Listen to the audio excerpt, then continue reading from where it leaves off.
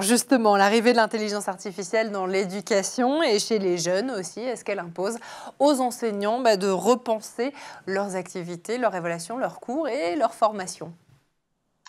Eh bien oui, inévitablement, parce que, les jeunes ont bien compris et pris, l'outil comme un moteur de recherche fantastique qui est disponible 24 heures sur 24 et qui est capable de produire, tout un tas de choses, hein, que ce soit du code informatique, une dissertation, un exposé. Donc les élèves ont été un petit peu les premiers à s'en emparer, peut-être pas de la meilleure façon d'ailleurs.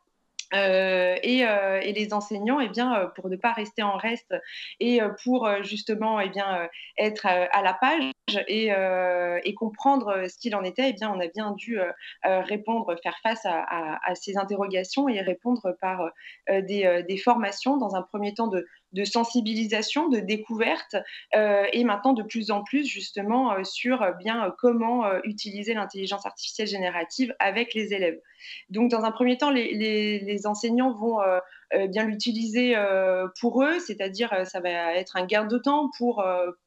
par exemple, revoir leur conception pédagogique ou alors pour créer des exercices, créer des grilles d'évaluation pour eh bien, justement peut-être aller au-delà sur un sujet et voir ce qu'ils seraient capables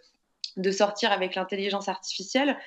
Donc il y a un premier pan, c'est pour les enseignants, c'est pour moi, pour ma pratique pédagogique, qu'est-ce que je peux améliorer, en quoi ça peut me faire gagner du temps. Et puis d'un autre côté, il y a comment je peux l'utiliser avec